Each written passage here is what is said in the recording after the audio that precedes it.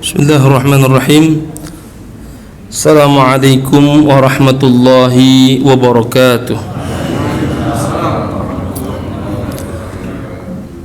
Alhamdulillahilladzi 'allamal huda wassalatu wassalamu ala khairil huda Muhammadin sallallahu alaihi wasallam wa ala alihi wa ashabihi wa man ihtada wa ba'du. Para jemaah yang saya muliakan dan dirahmati Allah Subhanahu wa taala, kita lanjutkan kajian fikih sirah nabawiyah kita yang insyaallah akan membahas satu peperangan yang cukup masyhur kita kenal yang disebut dengan peperangan Uhud. Perang Uhud ini kan kalau kita dengar sejarah, bahkan kita pelajari kecil, itu adalah perang yang menggambarkan umat Islam itu kalah. Perang yang menggambarkan umat Islam itu tidak patuh kepada perintah Rasulullah sallallahu alaihi wasallam. Perang yang menggambarkan bahwa mau bersama Nabi, mau bersama orang yang Allah cintai sekalipun, kalau nggak benar sistemnya pasti kalah.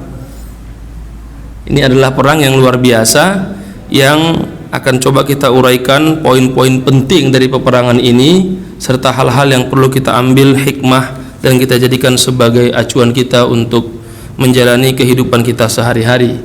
Apalagi saudara-saudara kita yang diberikan amanah memimpin rumah tangganya, memimpin organisasinya, dan memimpin kelompok-kelompok kerja yang sifatnya insidental, juga bisa mengambil hikmah dari perang Uhud ini. Para jemaah yang saya muliakan dan dirahmati Allah Subhanahu wa taala, antara perang Uhud dan sebelumnya perang Badar itu didahului oleh perang Bani Qainuqa yang pernah saya sampaikan awwalu khiyanah fil Islam, orang yang pertama sekali mengkhianati dan merusak perjanjian umat Islam. Ada dua versi sebab Bani Qainuqa, saya sampaikan dulu pengantarnya. Pertama, versi dari Muhammad ibnu Ishaq. Jadi kalau dalam sirah nabawiyah itu ada dua pendapat yang paling dipakai. Pertama Muhammad ibnu Ishaq, kedua Ibnu Hisham. Apa kata Ibnu Ishaq? Seketika Rasul pulang dari perang Badar, Rasul mempunyai satu keyakinan besar bahwa umat Islam telah mengalami kemajuan yang luar biasa, sehingga Rasul berdakwah. Salah satunya ke pasar Bani Qainuqa. Dia katakan, kalian harus kembali kepada jalan Allah. Ingatlah, Allah telah memberikan kami kemuliaan dengan kemenangan perang Badar. Apa jawaban Bani Qainuqa? Wahai Muhammad, sebenarnya kamu menang itu bukan menang mutlak. Yang kamu lawan 1000 orang itu pasukan yang nggak tahu perang.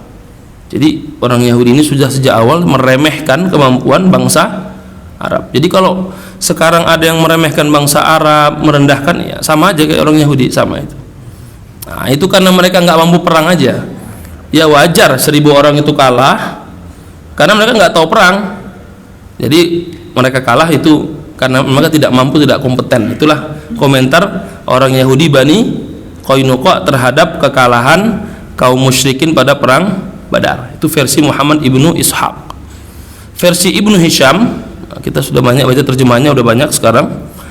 Itu karena ada seorang perempuan muslimah yang berdagang di pasar Bani Qainuqa, dilecehkan, ditarik jilbabnya sehingga menimbulkan kemarahan umat Islam. Terjadi perselisihan, puncaknya seorang muslim membunuh seorang warga Yahudi dan mereka mempersoalkan pembunuhan itu.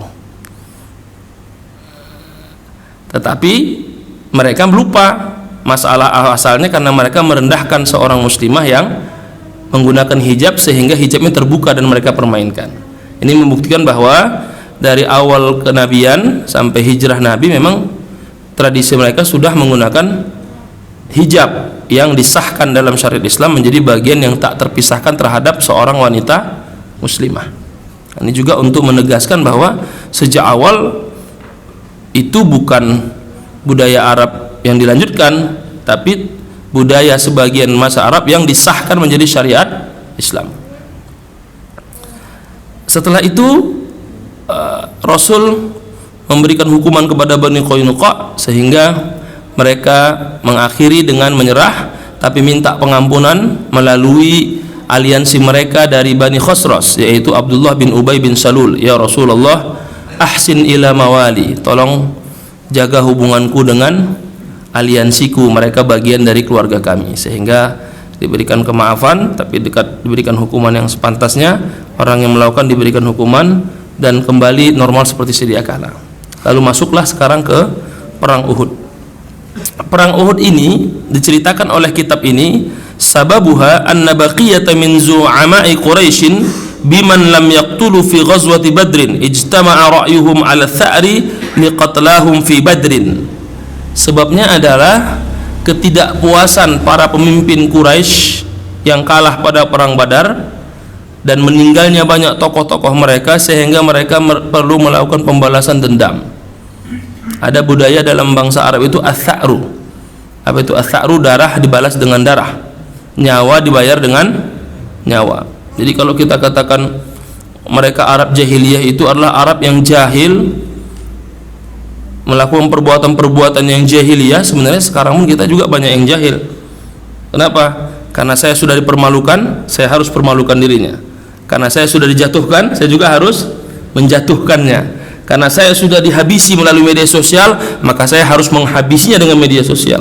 Nah, sama aja, cuman jahiliyah versi milenial gitu aja. Dalam Islam dilarang kita melakukan balas dendam. Ada perbedaan prinsip antara balas dendam dengan meminta hak atau keadilan. Kalau balas dendam itu ingin memuaskan hawa nafsunya. Kalau meminta keadilan itu untuk menegakkan agar orang-orang setelah ini berhati-hati melakukan kesalahan. Itu perbedaannya. Dan bedanya itu tipis sekali, hanya akidah dan keimanan yang bisa memisahkan itu. Karena kalau orang sudah marah luar biasa. Makanya kata Rasulullah dalam sebuah hadisnya, laisa syadidu, bukan orang yang kuat itu yang bisa mengalahkan aku atau menang dalam sebuah peperangan, tapi orang yang kuat itu yang mampu yamliku nafsahu indal ghadab, yang mampu menahan dirinya ketika marah. Itulah orang kuat. Karena perangnya melawan dirinya sendiri, dan kemarahan orang itu luar biasa. Dan itu bisa kita lihat sebelum pandemi ya. Ketika ada pencuri atau pencopet yang kedapatan, itu kan dihakimi massa itu menunjukkan kita marahnya luar biasa. Bahkan dalam salah satu video yang pernah viral itu disiksa seseorang itu gara-gara main bola dengan diiringi selawat badar kan. Nah, itu kan menggambarkan bahwa kemarahan orang itu kalau tidak bisa dikontrol ya luar biasa bahayanya. Bayangkan pencuri-pencuri itu ditangkap, dibakar, itu menunjukkan sangat marah luar biasa. Makanya ada penelitian mengatakan alhamdulillah katanya, dia mengatasnamakan bahwa pada saat ini berkurang penghakiman massa. Dibantah sama yang anti, bukan berkurang karena pandemi aja, kalau nggak pandemi banyak juga itu kan begitu ya. Artinya ketangkap mencuri mencopet itu dihakimi massa, dan itu sudah pernah terjadi pada masa Khalifah Umar. Ketika ada orang bersalah dihakimi oleh seluruh penduduk Son'a, Yaman, berkata Umar, "Lau anna ahla Son'a qatalu la qataltumuhum." Kalau semua penduduk Yaman satu negeri ini terbukti bersalah membunuh, maka aku bunuh semua mereka, kata Umar bin Khattab. Artinya nggak boleh dalam Islam menghakimi orang, diserahkan kepada pihak yang bertanggung jawab. Sehingga kekuatan yang paling besar kata Rasul, yamliku nafsahu indal ghadab, mampu menahan dirinya ketika amarah yang luar biasa. Dan itu digambarkan oleh 3 nabi dalam sejarah kenabian. Pertama Nabi Yakub, ketika anaknya hilang karena konspirasi saudara-saudara Yusuf, apa jawabannya? Fasabrun jamil. Jadi kalau kita kena musibah itu kata-kata yang paling indah apa? Fasabrun jamil. Bahasa orang kita sing sabar. Wallahul musta'anu ala ma tasifun. Allah nanti akan membongkar konspirasi kamu, apa yang kau ceritakan. Bagaimana Yakub sangat sedih ketika anaknya hilang karena ketidakmampuan saudaranya menjaga Yusuf. Yang kedua, bagaimana Nabi Yusuf mampu menahan amarahnya ketika saudara-saudaranya pada posisi membutuhkan bantuan dan dia menjadi pemimpin Mesir. Dan itu diceritakan dalam surat Yusuf. Bisa aja dibalaskan, dihukum mereka, tapi dia maafkan. Dan yang paling luar biasa, bagaimana Rasulullah SAW ketika Fathu Makkah, nanti kita ceritakan, memaafkan seluruh kejahatan kaum Quraisy. Dia katakan yang masuk ke rumahnya tidak akan diperangi. Yang masuk ke rumah Abu Sufyan tidak akan diganggu. Yang berlindung di Ka'bah tidak akan diperangi. Lalu dia katakan, idhabu fa antumut tulaqa, silahkan kalian memilih jalan kalian, kalian tidak akan diganggu. Jadi itu sudah dicontohkan oleh Nabi kita bagaimana berlapang dada, berjiwa besar, memaafkan, meskipun nanti kebijakan yang kita ambil sebagai pemimpin kadang-kadang itu akan membuat riak-riak besar di dalam organisasi yang kita pimpin, bahkan dalam keluarga kita sendiri. Nah, itu beberapa hal terkait pengantar terkait perang Uhud ini. Ketika mereka mempersiapkan pasukan mereka untuk menyerang ke Makkah, disinilah berkumpul para pemimpin Quraisy. Yang paling berkepentingan adalah Abu Sufyan, karena Abu Sufyan ini pemimpinnya menginginkan pembalasan terstruktur. Bagaimana caranya? Dia minta tokoh-tokoh wanita juga ikut di bawah pimpinan istrinya Hindun bin Utbah. Dan itu ada 15 orang yang tugasnya mengapain? Memberikan motivasi kepada suami-suaminya, dan kalau mereka mundur, nanti istrinya dorong lagi, ayo maju lagi. Jadi ikut 15 orang tokoh-tokoh wanita untuk memberikan motivasi besar. Dan mereka meminta kepada seluruh kaum-kaum yang terkalahkan untuk memberikan jawabannya, dan mereka termotivasi atau dalam bahasa yang terprovokasi, akhirnya mengirimkan bantuan dan berangkatlah dengan 3.000 pasukan. Yang pasukan itu bersenjata lengkap, dipimpin oleh Khalid bin Walid, dipimpin oleh beberapa tokoh-tokoh Quraisy. Ikrimah bin Abi Jahal, kita tahu siapa Ikrimah, anaknya Abu Jahal, kan bapaknya meninggal di perang Badar. Kemudian Abu Sufyan. Informasi ini sampai ke Rasulullah. Nah, ini membuktikan bahwa Rasulullah tetap masih menggunakan apa bahasa kita itu telik sandi ya. Ada memang intelijennya yang memang memantau pergerakan kaum Quraisy. Sampai informasi ini, lalu Rasul mengajak para sahabatnya untuk bermusyawarah. Nah, di sini nanti mulai kelihatan itu. Rasul musyawarah, Rasul bersama para tokoh-tokoh Islam, termasuk di dalamnya Abdullah bin Ubay bin Salul, tokoh munafik yang nanti ketahuan bagaimana kemunafikannya, itu berpendapat untuk bertahan karena baru selesai perang Badar, belum genap 1 tahun. Badar itu di bulan Ramadan, tahun depannya di bulan Syawal itu perang Uhud. Sebaiknya kita bertahan. Tapi tokoh-tokoh muda, nah di sini nanti baru muncul tokoh-tokoh muda yang ketika perang Badar tidak mati syahid, mereka mengatakan, ya Rasulullah, ukhruj bina ila a'daina la yarawna anna jubnan anhum wa du'funa. Ya Rasulullah, lebih baik kita hadapi mereka, jangan bertahan. Kita tunjukkan kita bukan pengecut dan kita tidak lemah. Nah, jadi memang dari masa Rasul itu tokoh-tokoh muda ini memang selalu penggerak. Jadi kalau nanti bapak-bapak ibu sekalian rapat di RT, di RW, di masjid, udahlah kita mencoba tenang. Terus yang muda-muda, oh enggak, kita lawan itu. Nah, itu berarti kayak sahabat-sahabat ini.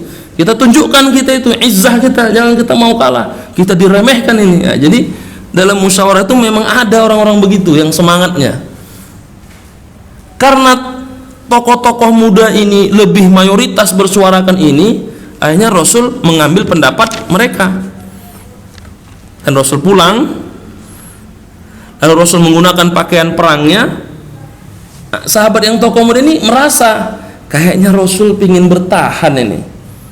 Datanglah tokoh-tokoh muda ini kepada Rasulullah sallallahu alaihi wasallam, ya Rasulullah, wahai Rasulullah, istaqrahnaka ya Rasulullah wa lam yakun lana zalik fa in syi'ta faq'ud. Ya Rasulullah, kayaknya kami merasa engkau terpaksa mengambil kebijakan ini. Karena kan waktu itu pendapat mayoritas begitu. Kami nggak ada maksud memaksamu ya Rasul, kami hanya merasa kurang beruntung di perang Badar, kami ingin syahid di perang Uhud. Nah, jadi tokoh-tokoh muda itu semangatnya ingin berkontribusi. Nah, berbeda dengan mungkin zaman sekarang, perang lagi, silakan aja lah, saya udah kemarin, gantian aja. Beda ya, gantian aja, saya kemarin udah, saya sudah habis banyak, yang lain lah. mau istirahat. Ini enggak, karena enggak mati syahid di perang Badar, pengen mati syahid. Itu kan perbedaan prinsip yang menunjukkan bahwa kualitas orang yang kita ajak untuk berjuang itu harus kita perhatikan, harus kita jaga, sehingga mereka selalu ingin berkontribusi demi Islam ini. Dan itu harus dibangun kan. Apa jawaban Rasul? Nah, disinilah digambarkan ketegasan Rasulullah SAW. Ma yanbaghi li nabiyyin idza labisa li ummatihi aw li amtihi ay dar'ihi an yad'aha hatta yuqatil. Tidak seharusnya seorang pemimpin, apalagi seorang nabi, ketika sudah menggunakan baju perangnya, dia tidak akan mundur, dia akan maju. Wah, mendengar ini bertakbirlah sahabat. Nah, berarti sudah keputusan final. Apa yang mau digarisbawahi nanti kita bahas di beberapa poinnya, bahwa pemimpin itu meskipun hatinya tidak setuju, tapi pendapat bersama itu sudah menjadi keputusan, maka tidak boleh keluar kata-kata menyerah. Apa masanya? Kan sudah saya bilang kemarin, man kalian sih ngeyel semua, ya udah hancur kita. Begitu ya. Itu nggak boleh pemimpin begitu, karena sudah ditetapkan maju. Kalau tidak berhasil ya jangan ditarik-tarik lagi, kan kemarin udah saya bilang, saya udah paling keras tuh menolak, tapi ya kekeh semua, ya udah beginilah hasilnya. Rasul nggak katakan itu. Kita sebagai orang tua juga sama. Kalau sudah anak kita masukkan ke sekolah tahfiz, tiba-tiba nggak berhasil tahfiznya, jangan disalahkan. Kan mama sudah bilang sama Abi, jangan ke tahfiz, anak kita nggak bisa, itu pesantren ketat banget. Nah, dikeluarin sekarang. Kalau sudah maju, bismillah, hadapi itu. Karena itu sudah bagian daripada istihad kita untuk mengambil yang terbaik dari doa Allah Subhanahu wa ta'ala. Ini kan dalam beberapa kebijakan kadang-kadang kan seperti itu ya, kita berkeluarga, bersaudara, atau kita naik apa ini, kita dari jalan arteri sajalah, jangan jalan alternatif. Tiba-tiba macet kan udah saya bilang kemarin sama Umi, jangan jalan arteri, nanti macet. Tuh sekarang macet nih, kita telat ke bandara misalnya, kan begitu ya. Nah, kalau sudah dijalankan ya sudah, itu sudah bagian daripada kesepakatan. Bismillah, nah, tinggal bertawakal Allah. Nah, dan itu jawaban Rasul untuk menenangkan tokoh-tokoh muda yang merasa bersalah menekan Rasulullah, dan juga untuk menegaskan kepada tokoh-tokoh yang tua yang tidak setuju dengan menghadapi kaum Quraisy di luar kota Madinah. Jadi jawaban pemimpin itu sesuai dengan kaidah usul fikih yang mengatakan hukmul hakim yarfa'ul khilaf. Keputusan pemimpin itu menyelesaikan perselisihan di bawah. Kalau sudah A, selesai, maju. Jika nanti berubah, ya sesuai dengan konsideran sebuah surat keputusan kan, poin di bawah. Bila ada kekeliruan akan diubah sebagaimana semestinya, kan begitu. Nah, pasti ada itu konsideran di bawahnya itu. Tapi maju dulu sesuai dengan keputusan. Jangan diputar-putar. Dan itu nanti akan merusak kepercayaan yang kita pimpin. Lalu Rasulullah SAW keluar bersama 1.000 orang pasukan. Nah, mari kita lihat 1.000 pasukan. Ketika perang Badar 313 pasukan. Perang Uhud berapa? 1.000. Berarti terjadi penambahan 700 orang dalam 1 tahun. Berarti perkembangan dakwah Islam pesat. Luar biasa itu. Karena dari 313 perang Badar menjadi 1.000 pasukan. Tetapi kita belum tahu kualitas yang 700 ini bagus atau tidak. Dan terbukti ketika Rasul berangkat dengan 1.000 pasukan, di tengah perjalanan 300 orang mengundurkan diri di bawah pemimpin Abdullah bin Ubay bin Salul. Barulah ketahuan kuantitas tidak selamanya menjamin kebaikan. 300 orang mundur. Apa kata Abdullah bin Ubay bin Salul, tokoh munafik? Asani wa ata al-wildan. Muhammad tidak mengambil pendapatku, malah ikut pendapat wildan. Wildan itu anak muda, muda belia, artinya tokoh-tokoh muda, malah dia ikut ke sana. Waman la ra'ya lahu, yang pendapatnya tidak punya kualitas pendapat. Wa manadri allamun naqtul anfusana, dan kami tidak tahu ini sama dengan membunuh diri kita sendiri. Itu komentar Abdullah bin Ubay bin Salul. Ini gambaran tokoh senior yang merasa lebih tahu, lebih berpengalaman, merendahkan pendapat kaum muda sehingga dia tidak sesuai, hanya dia mundur. Dan ini terjadi dalam berbagai organisasi. Kalau sudah disinggung sisi kesenioritasannya, nggak terima dia, akhirnya berpisah, buat kelompok baru, kan begitu.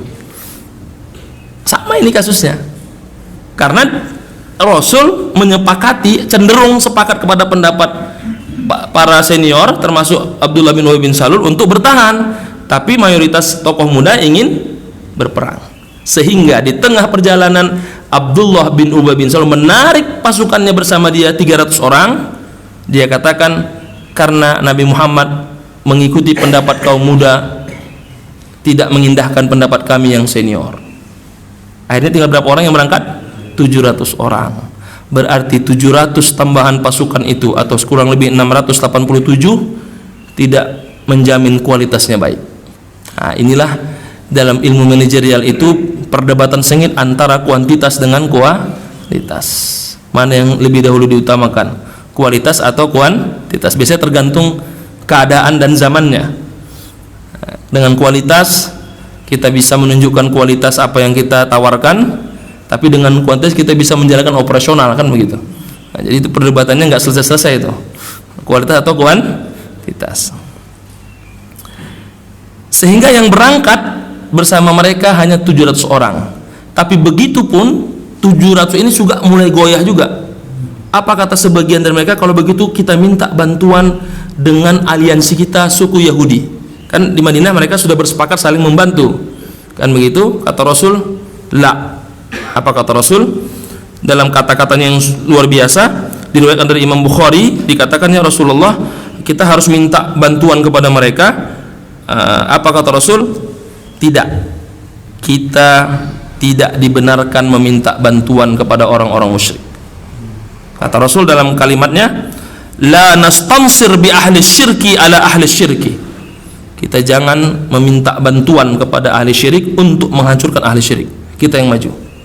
Karena kan berkurang dari 700 menjadi 3, dari 1000 menjadi 700. Jadi sahabat sebagian ya goyang juga. Kan kekacauan itu bisa muncul dari banyak hal. 1000 orang berangkat, sudah semangat nih, tiba-tiba 300 mundur. Tentu 700 ini kan enggak semuanya kuat ini. Pasti 700 banding 3000, wah, 1 banding 4,25 ini, wah, bahaya nih, kita harus minta bantuan nih Rasul, gimana yang baiknya, kan begitu. Kata Rasul, la nastansir bi ahli syirki di ahli syirki. Kita tidak minta bantuan. Ini ketegasan Rasul. Kita maju karena kemenangan kita sudah kita dengar saat di Bani Qainuqa, bagaimana orang Yahudi meremehkan kemenangan kita karena melawan 1000 orang Quraisy yang bodoh tidak tahu perang, kan begitu komentarnya. Lalu berkatalah salah seorang sahabat, Abdullah bin Haram, mengatakan, kita berperang karena Allah dan karena Rasulnya, pilihan kita mati syahid atau hidup mulia. Nah, jadi memang dalam sebuah organisasi itu ketika sudah ada lemah, kemudian ada gonjang-ganjing, perlu memang orator-orator yang kita siapkan untuk apa? Mengangkat kembali mental itu. Kan ada ya, kalau kita misalnya kerja bakti ya di RT RW masjid misalnya, udah pada lemas, sudah capek, ayo semangat, ayo bergerak gitu ya. Jadi orang kan ayo lagi, kan begitu ya. Harus ada orang begitu. Nah, beberapa sahabat itu bicara mengatakan, mari kita maju karena kita ingin menunjukkan kita yang terbaik. Biarlah mereka yang 300 itu munafik, nanti Allah punya hisab atas mereka. Kita tidak boleh terlalu membayangkan ini. Mari kita hadapi dengan kuasa Allah, dengan kalimat hasbunallah wa ni'mal wakil. Akhirnya berangkatlah mereka dengan 700 pasukan, diantaranya ada 50 pasukan pemanah, artinya 650 yang akan berperang.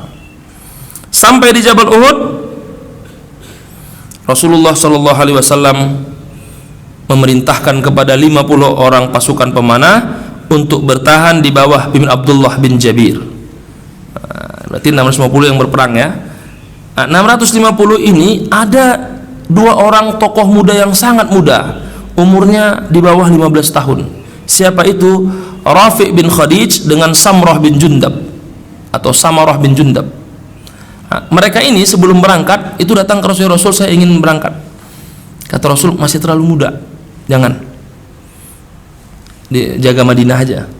Kata Khadijah, ya Rasulullah, saya punya keahlian memanah. Terus kata yang lain, ya Rasul, dia memang yang terbaik dari semua pemanah yang ada. Ya udah, berangkat. Artinya apa?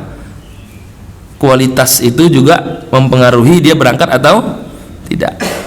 Lalu kata Samurah bin Jundab, ya Rasul, saya lebih kuat dari Khadijah, Rafiq bin Khadijah. Apa? Kalau saya bergulat, saya perang tanding fisik, saya akan menang. Kata Rasul, buktikan. Mereka bertanding, menang. Samurah, kata Rasul, ya udah, ikut dua. Apa yang mau dikatakan dengan kisah dua anak muda ini? Kita harus banyak sebagai orang yang sudah dituakan, diseniorkan, mawas diri. Kalau ada tokoh muda yang mampu, lebih baik bacaannya, lebih mampu, kita majukanlah mereka. Jangan bertahan dengan senior kita. Dan itu terjadi di beberapa kampung, masuk di kampung saya, saking menghormati, terlambat pun dia ditunggu aja karena khawatir nggak enak menggantikan Pak Kiai yang sudah ada, padahal bacaan sudah bermasalah, semua sudah ini. Saya ditanya, Pak Ustadz, ini gimana caranya mau menggantikan?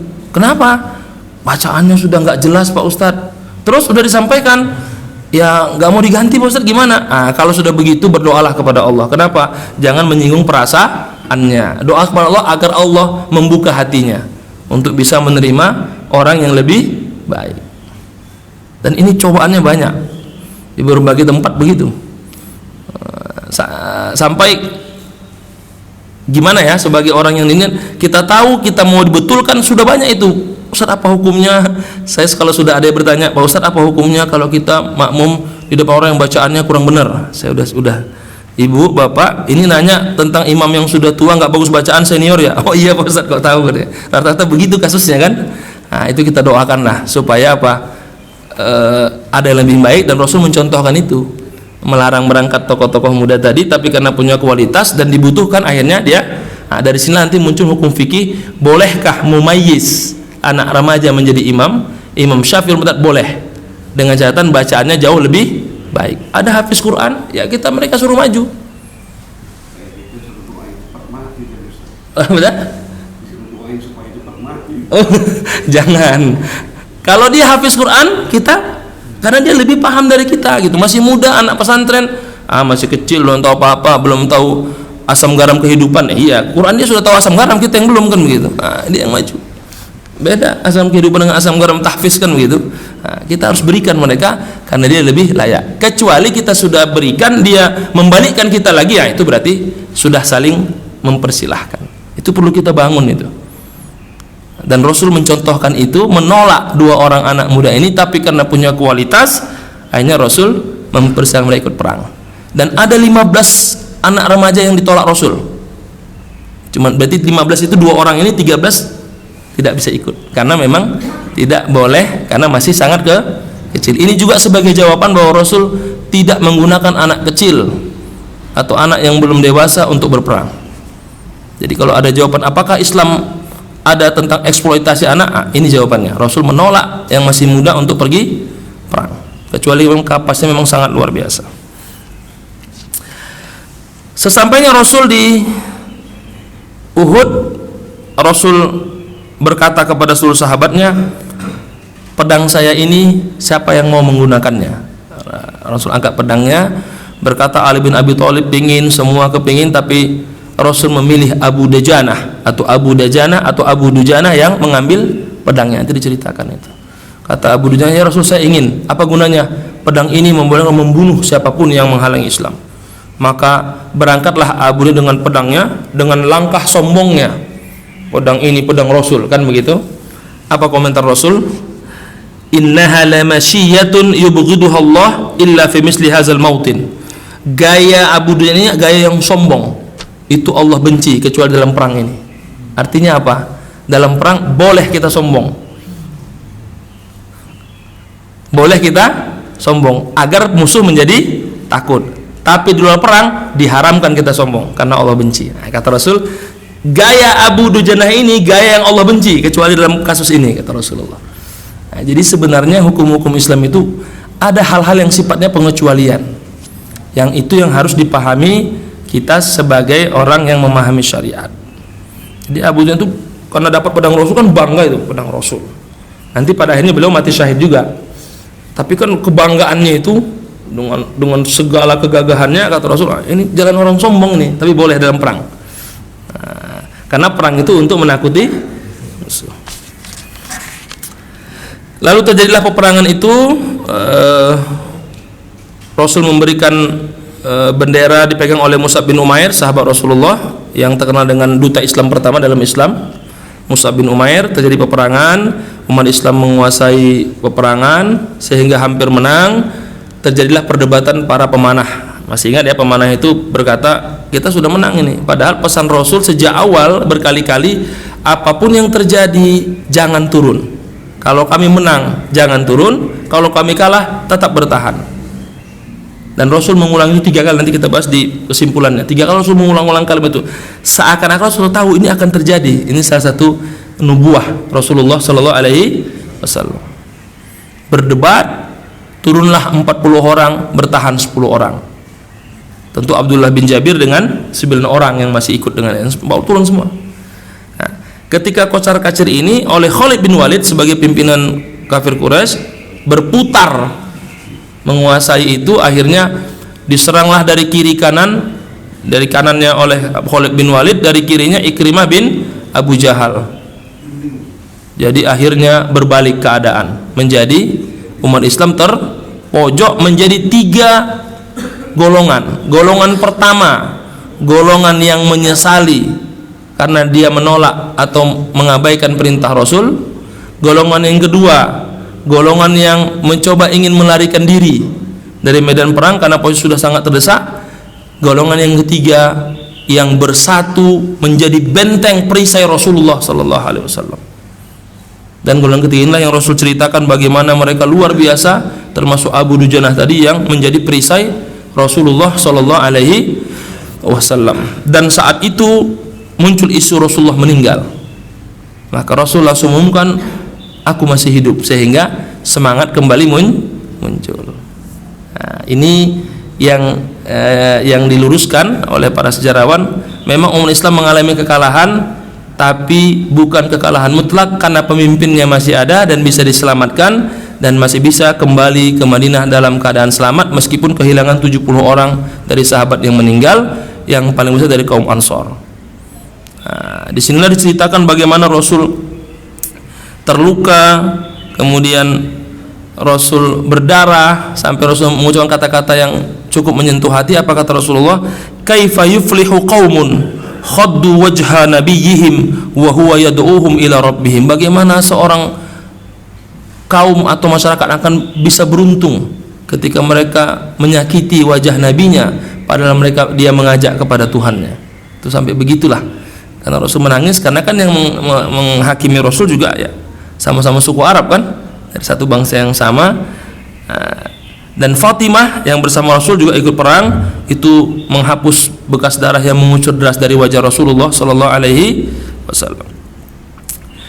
Karena Rasul memberikan motivasi kembali bertahan hidup, karena informasi Rasul meninggal kembali muncul semangat, akhirnya bisa membuat gerakan dan turunlah.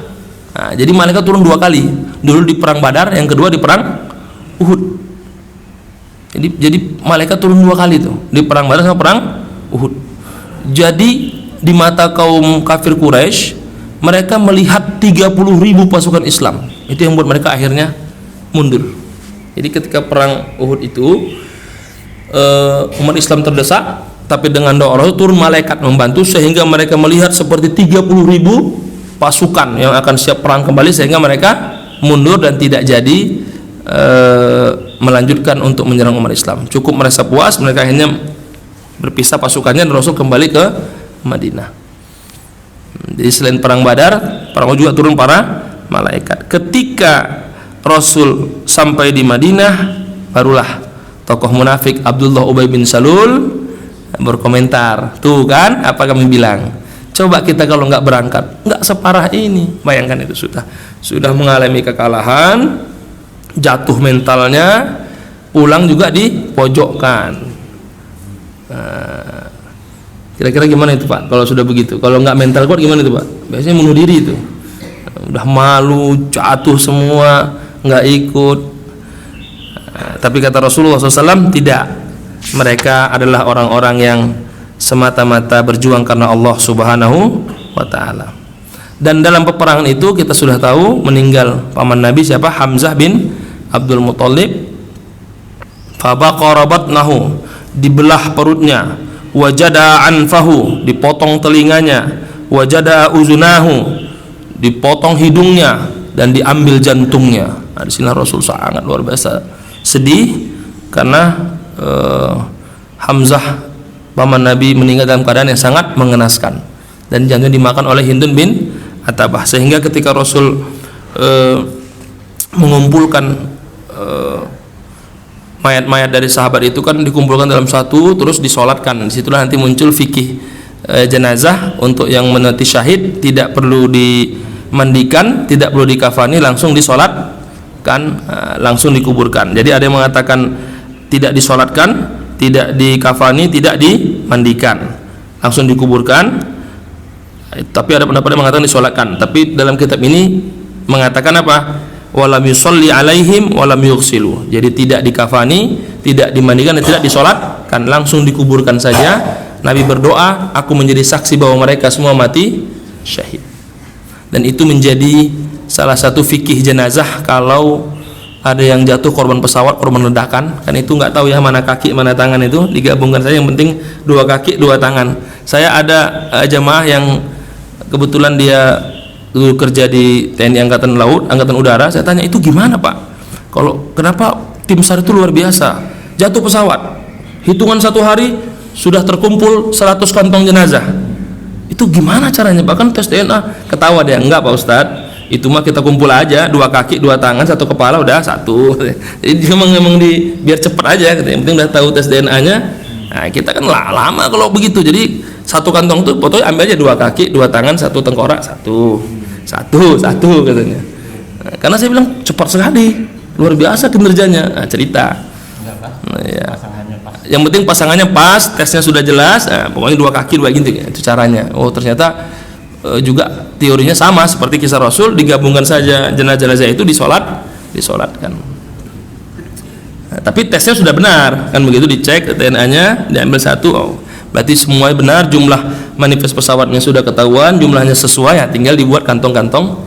Ya, karena kan kalau meledak itu kan ya nggak tahu itu kaki siapa dengan tangan siapa. Dan kematian Hamzah ini membawa sangat sedih, tapi kembali Rasulullah kepada para sahabatnya, begitulah kita diberikan cobaan, tapi insya Allah kalau kita sudah berniat maka itulah yang terbaik. Dan lagi-lagi kaum Yahudi di bawah pimpinan Abdullah bin Salul kembali mengatakan, lau ata'tumuna ma qatala minkum min qatlin. Andai seandainya kalian mendengarkan ucapan kami, tentu tidak akan banyak yang meninggal. Ini kesalahan tokoh-tokoh muda yang berambisi untuk mati syahid.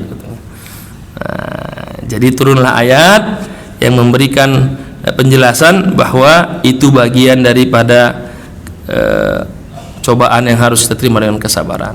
Artinya Rasul tidak menyalahkan tokoh muda, tapi tetap pada ya sudah, itu sudah kejadian, kita terima bagian daripada konsekuensinya. 1 hari kemudian terdengar informasi bahwa suku Quraisy akan kembali menyerang kota Madinah. Kata Rasul, mari kita berkumpul, berangkat kembali, kita hadapi mereka, kita tunjukkan kita tidak lemah, kita siap berperang untuk kedua kali, tapi dengan syarat yang berangkat perang Uhud kemarin, yang tidak ikut nggak boleh ikut, tunjukkan kita sehat. Berangkatlah Rasul ke Hamraul Asad, ada namanya Hamraul Asad. Rasul menetap selama 3 hari menunggu mereka. Apa kata kaum Quraisy? Informasinya mereka punya tenda, mereka siap menghadapi kita. Kata Abu Sufyan, berarti mereka belum kalah, mereka masih sangat kuat. Ya udah, mereka nggak jadi menyerang. Jadi Hamraul Asad itu unjuk kekuatan. Rasul bertenda di luar kota Madinah selama 3 hari, menghidupkan api unggun, tenda dipasang, menunjukkan kami siap untuk perang lagi. Artinya apa? Rasul ingin mengatakan kepada seluruh sahabatnya, kita kalah, tapi mental kita belum kalah. Artinya siap perang lagi. Dan kalau itu dibangun ke kita, tentu akan beda hasilnya kan. Berangkat lagi nih Pak, iya, kemarin sudah kalah, berangkat lagi, habis uang kita nanti, kan begitu. Nah, ini apa? Keyakinan penuh kepada pemimpin. Makanya kalau sudah pemimpin tidak diyakini, ya itu repotnya di situ. Nah, jadi masalah jadinya. Lalu setelah Rasul tinggal kurang lebih 3 hari, Yaumul Isnin, Sulasa wal Arbi'a, raja ila Madinah wa aqama Nabi bi Hamra'il Asad, selama 3 hari kembali karena tidak ada gerakan yang akan menyerang Madinah. Artinya peperangan selesai. Perang Uhud kita menderita kekalahan, Hamra'il Asad kita tanding kembali, mereka nggak berani, akhirnya tidak terjadi peperangan. Ada sekitar 11 poin yang dikatakan pengarang ini yang kita akan uraikan, tapi tidak semua karena yang lainnya sudah kita singgung. Yang pertama, iltizamut tasyawur ma ashabihi fi kulli amrin yahtamilu musyawarah wal bahsi. Pentingnya seorang pemimpin menjalankan apa yang sudah disepakati. Bahkan seorang nabi pun kalau sudah itu menjadi kesepakatan bersama harus dijalankan. Artinya apa? Tidak boleh pemimpin mengubah yang sudah disepakati kecuali memang sangat darurat. Jangan pagi ini mengatakan nanti siang udah berubah lagi, itu yang bahaya itu. Harus iltizam. Adapun nanti kalau sudah ada masalah baru dievaluasi, tapi keputusan itu harus dijalankan karena sudah menjadi keputusan bersama. Dan itu Rasul lakukan, dan kalimatnya ma yanbaghi nabiyyin an yadha'aha hatta yuqatil. Tidak boleh seorang nabi kalau sudah berperang menjadi tidak jadi berperang. Itu sudah tegas sekali. Padahal sudah datang tokoh mengatakan kami nggak jadi, Rasul udah gimana baiknya aja, kan begitu ya. Kalau kita kan jadi nggak jadi, ya udah alhamdulillah, memang saya pinginnya sih nggak usah berangkat, ya udah bagus kan begitu ya, udah disepakati berangkat. Yang kedua, di sini digambarkan hikmah yang besar apa? Tamhisun an akhlaqihim minal munafikin. Jadi umat menjadi tahu siapa yang munafik, siapa yang tidak. Nah, jadi perang ini menguji orang-orang yang munafik sama orang yang tidak munafik. Dan itu ketahuan, dan ternyata pertambahan umat Islam jadi 1000 orang dari 300 yang berangkat, tidak semua kualitasnya yang baik, masih ada hanya sekedar kuantitas. Artinya 700 orang yang masuk Islam itu belum semuanya betul-betul Islam secara kafah. Masih ada Islamnya karena keadaan saja, karena orang ramai ikut dia masuk, kan begitu. Yang ketiga, anna Nabi sallallahu alaihi wasallam lam yasha an yasta'ina bi ghairil muslimin fi hadhil ghazwah, bahwa Rasul tidak mau meminta bantuan kepada ahli syirik non muslim ma anna qillati adadil muslimin. Padahal saat itu posisinya terguncang, dari 1000 tinggal 700 melawan 3000, berarti kan 1:4 lebih itu. Rasul nggak mau. Tetapi ini diluruskan oleh Imam Syafi'i, mengatakan bukan berarti kita tidak boleh meminta bantuan kepada non muslim. Kata Imam Syafi'i? Contohnya pada perang Hunain. Saya sudah pernah bahas di sini. Apa itu perang Hunain? Perang setelah Fathu Makkah. Jadi Fathu Makkah itu kan Rasul perang Hunain, yang dimana sahabat berbangga, jumlah kita banyak, kita nggak mungkin dikalahkan, kita pasti menang. Kan 10.000 berangkat ke Madinah, 12.000 kan perang Hunain itu. Terus Rasul meminjam beberapa alat kepada non muslim. Nah, jadi maksudnya memang saat itu tidak diperlukan untuk meminta bantuan non muslim, tapi jika diperlukan dan itu ada alasan-alasannya, itu dibolehkan. Sehingga maksud daripada kisah ini bahwa Rasul dengan tegas menolak meminta bantuan kepada non muslim karena memang tidak ada kebutuhan itu. Sementara pada perang Hunain Rasul meminta bantuan, meminjamkan alat pasukan perang kepada non muslim yang di Mekah karena memang ada kebutuhan itu. Nah, jadi ini nanti supaya nanti tidak kontradiktif, kenapa pada perang Uhud Rasul nggak meminta bantuan, tapi perang Hunain Rasul minta bantuan. Tapi perang Hunain minta bantuan apa? Alat-alat persenjataan saja, tidak kepada orangnya. Sedangkan perang Uhud Rasul menolak semua, baik orangnya maupun persenjataannya. Jadi jangan nanti dikatakan begini sebagai biasa, ini pemimpin kami ini Pak Ustadz nggak jelas ini, kenapa dulu semangat sekarang berubah. Nah, kita lihat dulu alasannya. Nah, karena memang Rasul sendiri dari perang Uhud menolak sama sekali, karena saat itu akidah masih menjadi patokannya. Pada perang Hunain meminta bantuan persenjataan karena saat itu 2000 orang masuk Islam. Pada Fathu Makkah itu Islamnya masih Islam yang kita tahu apakah karena Islam betul atau karena memang takut pada Fathu Makkah. Nah, jadi ada perbedaan mendasar di situ. Kemudian yang keempat, bahwa membolehkannya Rasul kepada Samrah bin Jundab dengan Rafi' bin Khadij, ini menunjukkan bahwa Rasulullah SAW tidak mau membebani anak-anak yang di bawah umur untuk berperang, karena Rasul menghargai masih anak-anak, sehingga ini juga menjadi dasar tidak boleh mempekerjakan anak di bawah umur. Kalau ditanya apakah ada dasar syariat yang tidak boleh mengeksploitasi anak, maka ini salah satu jawabannya. Dan sesuai dengan undang-undang kita, tidak boleh mempekerjakan anak. Rasul menolak. Tapi karena kualitasnya sangat baik, sehingga dia menjadi pengecualian. Karena punya kompetensi luar biasa. Saat itu belum ada pemanah yang selevel dengan Abdullah bin Jabir kecuali Rafi' bin Khadij.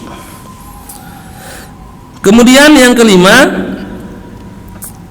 Rasulullah SAW memberikan satu semangat kepada pemasukan pemanah untuk tidak turun sebelum perintahnya. Berkali kalau Rasul menekankan, tapi tetap mereka melakukan itu, dan Rasul memaafkan karena mereka bertobat. Artinya kesalahan-kesalahan yang orang bersama kita, kalau mereka bertobat, kita harus terima dan jangan pernah diungkit di masa-masa akan datang. Nah, ini kadang-kadang kita kan udah salah ya, nanti pas ke depannya jangan kayak waktu itu ya, diulang-ulang terus. Nah, ini yang bersalah itu gimana gitu, dibahas terus kan begitu ya. Dimaafkan, dievaluasi untuk kebaikan yang masa akan datang. Yang keenam, Abu Dujana adalah contoh yang mendapatkan pedang Rasulullah, dan dia berani dengan sombong. Rasul mengatakan ini gerakan sombong tapi dibolehkan dalam perang. Artinya dalam perang itu, kata pengarang kitab ini, Dr. Syekh Rahman Al-Buti, kita boleh menunjukkan show force, menunjukkan kekuatan kita, karena memang supaya musuh Islam takut. Makanya ada dikatakan kenapa kita sholat tarawih banyak, sholat Idul Adha banyak, berkumpul banyak, biar orang tahu Muslim itu masih bersatu, nggak main-main gitu. Dan kesombongan itu ditunjukkan karena untuk menakuti musuh. Tapi semangat ini kadang-kadang disalahgunakan, menyombongkan diri terhadap golongan sesama golongan aja. Satu ormas sombong ormas lain, nah ini yang nggak boleh, ini nggak masuk bagian yang dibolehkan. Sama-sama ormas Islam sombong-sombongan, nah itu yang tidak boleh. Ini kan terhadap non Muslim.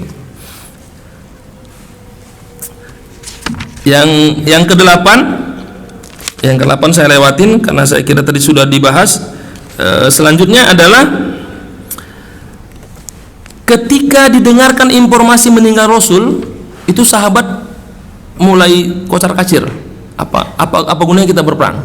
Nah, kembali lagi Ali bin Abi Thalib, beberapa sahabat mengatakan kita berperang karena Allah, Rasul bersama kita. Kalaupun dia sudah meninggal, ingat, wa ma Muhammadun illa Rasul. Muhammad itu adalah seorang Rasul dan telah ada Rasul-Rasul sebelumnya. Jadi kita adalah untuk agama Allah. Kalaupun Rasul tidak ada, kita tetap berjuang atas nama Allah. Nah, jadi dalam perang itu perlu ada orang-orang yang memberikan motivasi agar kembali kepada semangatnya. Dan orang-orang seperti ini itu sangat penting dalam berbagai event dan berbagai keadaan. Motivator, orator itu perlu ada. Tapi jangan semua orator, nanti nggak ada yang kerja. Nah, jangan semua motivator, ini nggak ada yang ngerjain gitu. Harus ada bagian-bagiannya, kecuali koruptor Pak ya, nah, itu nggak masuk Pak ya. Baik.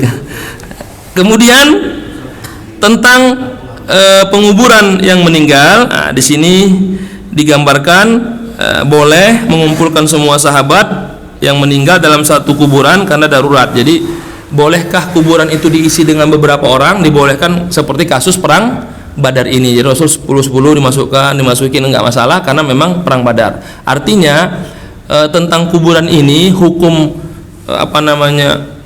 menyemen kuburan, hukum membentengi kuburan itu tergantung alasannya. Sebagai contoh kuburan Rasulullah SAW. Kenapa dibenteng? Karena dulu pernah mau diambil. Terus kenapa yang kuburan para wali misalnya dibuat bagus? Karena takut diambil orang. Nah, ini wali bukan orang biasa aja dibenteng juga, itu yang nggak boleh karena tidak ada alasannya.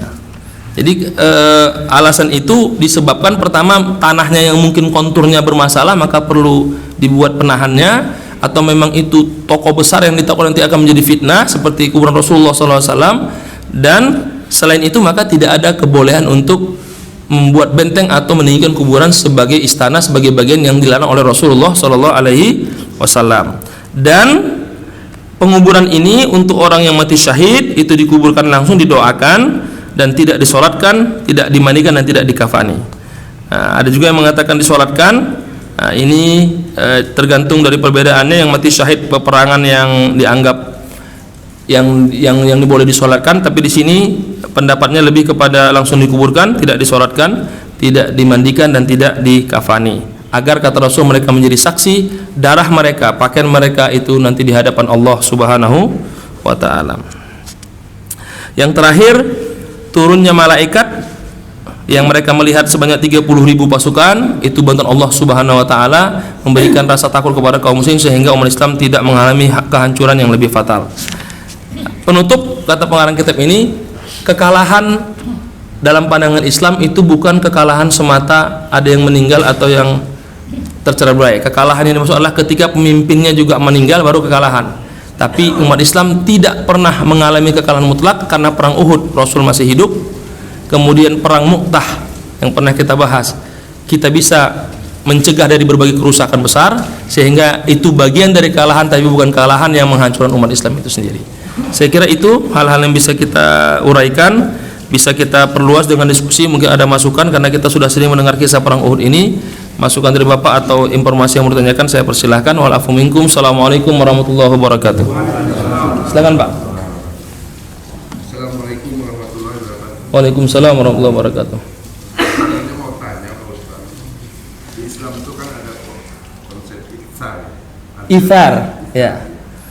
Di perang Uhud itu katanya ada 10 pemuda Ansor yang jadi tameng, Ya. menggugur satu persatu gitu ya. Betul. Kemudian ada juga sahabat yang melindungi Rasulullah dari panah sampai kayak landak katanya gitu. Apakah itu juga dibahas di, karena konsep iftar di Islam kan sudah mulai hilang. Nggak usah dibahas dalam ini. Iya, enggak. Baik. Dibahas. Tadi kan saya sebutkan ada 3 golongan, satu yang menjadi tameng Rasul ya, tadi itu yang 10 orang itu, ada mengatakan 10, ada yang 15 orang. Yang jelas tokoh-tokoh utama pasti tokoh mulia Abu Bakar, Umar, Ali, Sa'ad bin Abi Waqqas, Mus'ab bin Umair. Kan saya katakan tadi ada 3 golongan kan, satu golongan yang ketakutan, ingin meninggalkan peperangan, satu golongan yang berjuang di situ karena ingin syahid, satu lagi yang bersama Rasulullah tadi menjadi perisai Rasul. Nah, perisai Rasul itulah yang tadi ada yang bilang 10, ada yang 15 orang yang mereka menjadikan diri mereka menjadi perisai Rasul dan meninggal. Abu Dujana, Mus'ab bin Umair, Samarah bin Jundab, kemudian Barra bin Azib, itu semua yang menjadi perisai Rasulullah SAW, dan mereka melindungi Rasul. Disitulah muncul informasi karena sahabat tadi banyak yang meninggal, tersebar isu Rasul meninggal. Akhirnya kaum Quraisy ingin menyerang Rasul. Rasul bersuara, ya ibadallah, ini hayyun, aku masih hidup. Nah, maka tumbuh lagi semangat itu. Nah, di situ dikatakan boleh pemimpin itu menyampaikan semangat agar bangkit lagi semangat para bawahannya. Tadi saya ceritakan, cuman saya lewatkan karena mereka menjadi perisai Rasul. Karena banyak yang meninggal, sampai ada 10 tadi itu, ada info Rasul meninggal. Rasul katakan, aku belum meninggal, tapi memang saat itu banyak sahabat yang terluka. Maka dikatakan kekalahan terbesar saat itu karena sahabat banyak yang terluka dan meninggal berdasarkan keterangan sebanyak 70 orang. Nah, itu kan. Kenapa tidak masuk di 10 poin tadi? Ya betul, tidak dimasukkan karena tadi sudah dijelaskan. Tadi ada yang saya lompati karena sudah dijelaskan di awal tadi. Kan tadi bagian ke-8 saya bilang saya lompati karena sudah saya jelaskan di awal kelompok yang menjadi perisai Rasulullah SAW. Tadi saya lewat karena sudah saya sebutkan, Pak. Maksud saya itu yang terlupakan umat muslim sekarang gitu ya. Oh iya, karena gini Pak, bukan terlupakan, karena trust kepada pemimpinnya tidak seperti trust kepada Rasul. Masalahnya itu. Ini udah mau 5 tahun masih nggak trust juga, kan jadi masalah itu. Gimana mau berkorban kalau nggak trust? Nah, jadi apa yang digunakan? Ya harus buat trust. Tugas pemimpin membuat rakyatnya menjadi punya kepercayaan. Sekarang begini, kita punya anak sebagai orang tua. Bagaimana anak yakin kita sebagai hero bapaknya kalau kita nggak bangun trust kepada anak kita? Kata bapak begini, wah bapak sama aja dulu. Kamu nggak boleh pacaran, itu dilarang agama. Bapak dulu pacaran kok, mau bilang apa kita begitu? Nah, itu kan jadi masalah. Jadi kalau ditanya kenapa kurang keyakinan kita akan memimpin, karena memang trustnya tidak terbangun. Oleh bahasa para ulama, level of trust kita bermasalah, kan begitu. Kenapa orang mengumpulkan zakat langsung ke orang, nggak mau ke lembaga? Karena level of trustnya rendah. Kenapa orang kalau sudah keluar keputusan haji angkanya segini nggak percaya juga? Karena masalah di level of trust. Dan kedua, dan hoak, kan itu masalah kita sekarang. Nah, orang kalau nggak percaya ya repot. Akhirnya bertebaranlah sharean statusnya Khalifah Ali. Jangan pernah mengatakan kekuranganmu kepada orang yang mencintaimu dan kepada orang yang membencimu, karena nggak ada gunanya. Itu kan kata-kata Ali bin Abi Thalib yang dikutip orang banyak kalau sudah terdesak, kan, update status. Jangan pernah menceritakan kekuranganmu kepada orang yang mencintaimu dan menceritakan kelebihan kepada orang yang membencimu, karena nggak ada gunanya, kan begitu. Nah, jadi itu yang perlu kita bangun, kepemimpinan yang punya trust yang tinggi, dan itu perlu dibangun kebersamaan. Baik pemimpinnya menjadi contoh, baik juga rakyatnya jangan terlalu banyak berburuk sangka. Tambah literasi, tambah pemahaman, dibaca dengan baru dipahami. Jangan sampai nanti kita akhirnya sudah tua menyesal. Oh iya ya, dulu saya salah. Harus dibangun terus, belajar, membaca, memahami. Kepemimpinan itu semua pasti ada alasan-alasannya. Dan saya pernah ulangi waktu itu, masih ingat ketika Hudaybiyah, bagaimana Khalifah Umar mempersoalkan keputusan Rasul, kan?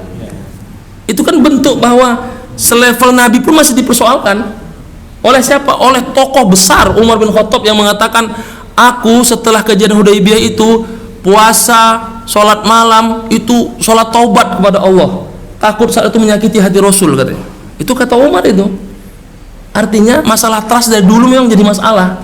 Tugas pemimpin apa? Meyakinkan agar trust itu menjadi baik.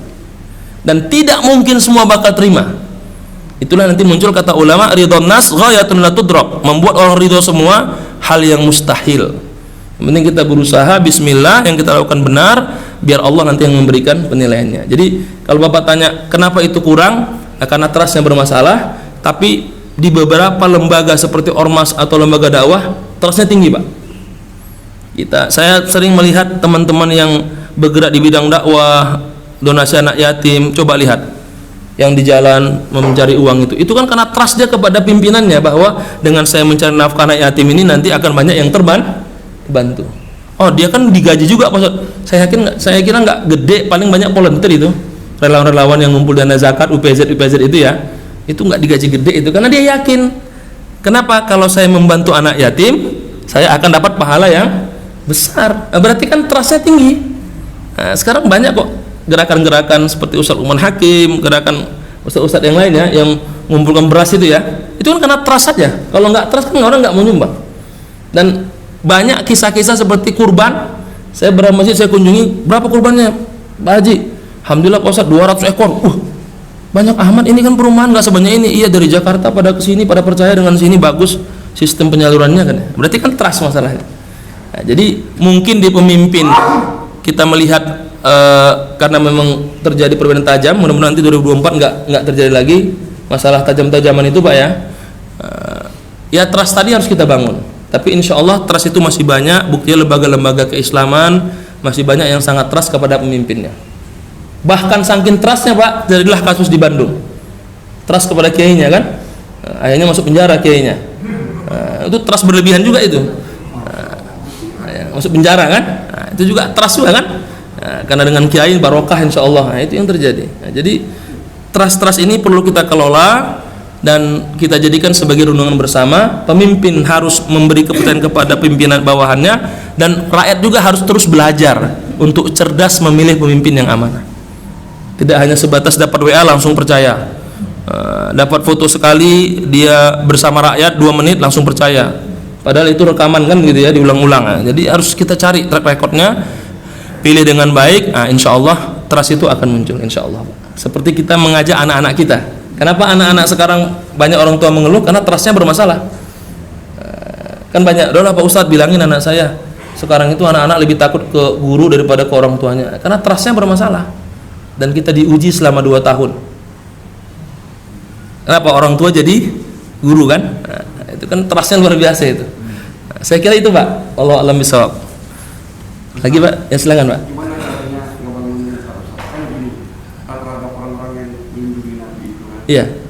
Sampai pernah ada jadi yang marahnya kena panah, terus dicabut sama Rasulullah, terus dipanggil. Kan itu yang saya tanyakan. Pada dasarnya manusia itu kan kalau refleksnya, kalau marah bahaya akan kena dia kan menghindar. Betul. Tapi para sahabat ini kalau ada anak panah akan nyerang syukur-syukur ke badan dia ya. Gitu. Oh, baik. Itu gimana cara bangun mentalnya itu kan? Begini Pak, Bapak kalau lihat, kalau itu yang bisa jawab ibu-ibu biasanya. Yang bisa jawab yang Bapak tanya itu ibu-ibu. Lihat ibu-ibu kalau ngendong anaknya yang masih bayi, ngendong anak sambil ngantuk-ngantuk dia, kira-kira jatuh nggak anaknya? Enggak Pak. Ibu-ibu itu dia punya sense yang luar biasa. Maka pertama itu yang bisa jawab ibu-ibu.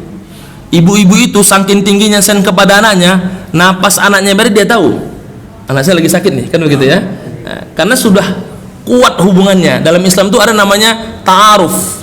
Ta'aruf itu berarti apa? Saling mengenal. Ta'aruf sikap sehari-hari, ta'aruf hatinya. Kalau sudah ta'aruf kulubnya, ta'aruf sikapnya, ta'aruf kebiasaannya, nanti menjadi apa?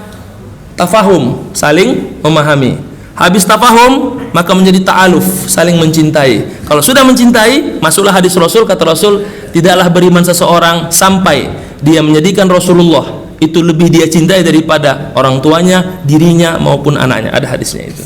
Nah, kalau sampai pada level itu, dan kita banyak sekarang itu yang mencapai level seperti itu dengan adanya apa? Fans mania.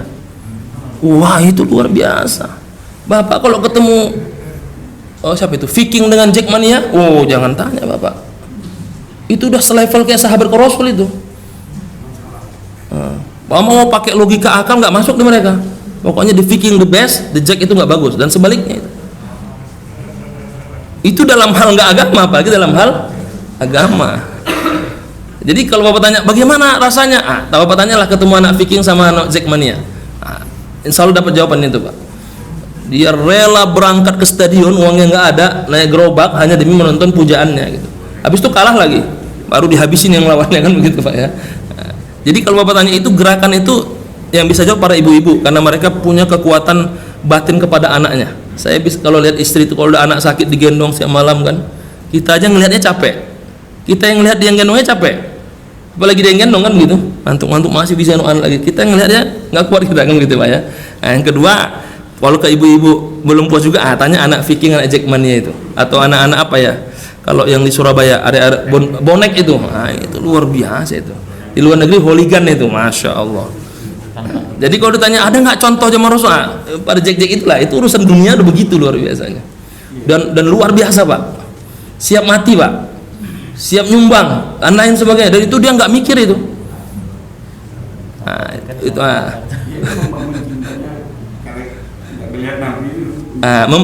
Ya tadi Pak, membangun itu membangun kepercayaan kepada orang yang bersama kita, membangun trust mereka bahwa kita memberikan melindungi mereka akan datang kepada kita. Bapak kalau punya pekerjaan perusahaan, ada nggak yang paling loyal ke Bapak? Ada Pak. Saya kadang ketemu sama beberapa teman saya yang jadi kiai ya, saya ketemu sama supirnya.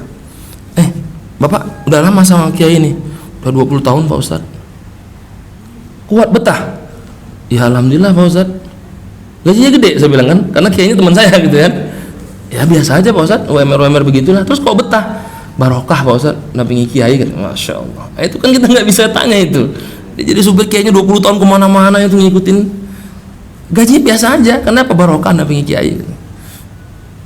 Jadi kalau Bapak tanya apakah ada? Banyak sekali Pak, orang-orang yang siap berjuang. Sekarang anak-anak muda yang beberapa teman itu yang saya gerakan-gerakan SBK, gerakan anak muda pasca semua itu kan dibangun karena apa?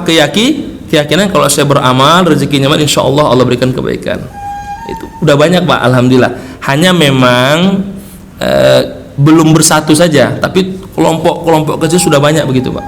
Cuman belum bisa disatukan dalam satu kepemimpinan yang besar.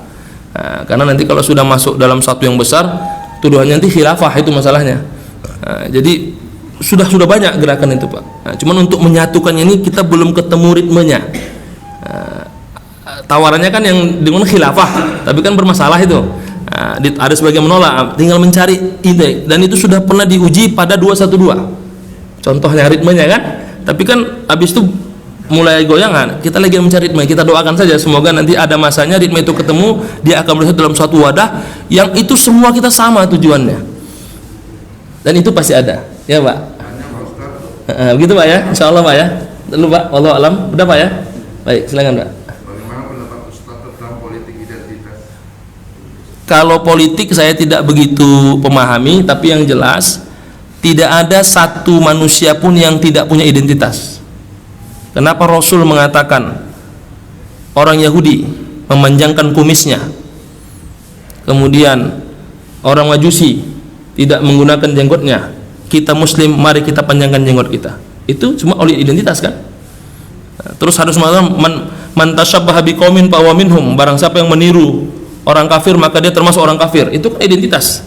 Saya kira apapun alasannya, kalau itu identitas keagamaan dan bisa dipertahankan, saya termasuk yang mendukung itu. Saya nggak paham politik, tapi setahu saya kita perlu identitas. Ana Muslim, saya bangga jadi Muslim, itu bagian daripada identitas. Tapi ketika ini digunakan sebagai jualan identitas, itu jadi masalah. Kan beda Pak ya, antara identitas kita sama jualan identitas. Contoh, saya Muslim, saya punya komitmen, dan saya tidak akan pernah mau korupsi, itu identitas kita. Tapi kalau sudah jualan, saya punya 1000 pasukan yang siap beri mati demi saya, itu kan jualan itu. Nah, jadi beda Pak. Kalau saya memahaminya, apapun itu tetap kita mendukung identitas. Kenapa? Karena memang harus menemukan diri. Bagaimana politik nggak ada identitas? Nanti politik bunglon nanti Pak. Kemana-mana oke kan begitu. Yang penting menguntungkan. Nah, kalau kita kan punya sikap, Bismillah ini yang terbaik. Kalau memang tidak baik berarti Allah belum mengizinkan, ya sudah. Tapi jangan menghina orang yang telah memilih jalan lain. Nah, masalah kita adalah kita punya identitas, kita paksakan orang harus sama dengan kita, itu masalah kita. Dan Rasul nggak pernah kan mempermasalahkannya. Cuman memang lagi-lagi harus hati-hati. Semoga Allah melindungi kita dari sifat munafik, karena jawaban-jawaban ini kan nanti akan apa ya, kiri ke kanan begitu ya. Maksudnya nanti berbeda lagi. Intinya saya tidak paham tentang politik, tapi saya meyakini perlu namanya identitas, karena kita sudah dituliskan dalam Al-Quran, wa ana minal muslimin, berarti saya seorang muslim. Nah, adapun politik ya nanti kita akan sama yang pakar-pakar politik lah, begitu Pak. Allah alam bisawab. Terima kasih, semoga diberkahi, semoga Allah berikan kebaikan. Subhanakallahumma bihamdika asyhadu an la ilaha illa anta astaghfiruka wa atubu ilaik. Alhamdulillahirabbil alamin. Assalamualaikum warahmatullahi wabarakatuh. Terima kasih Pak.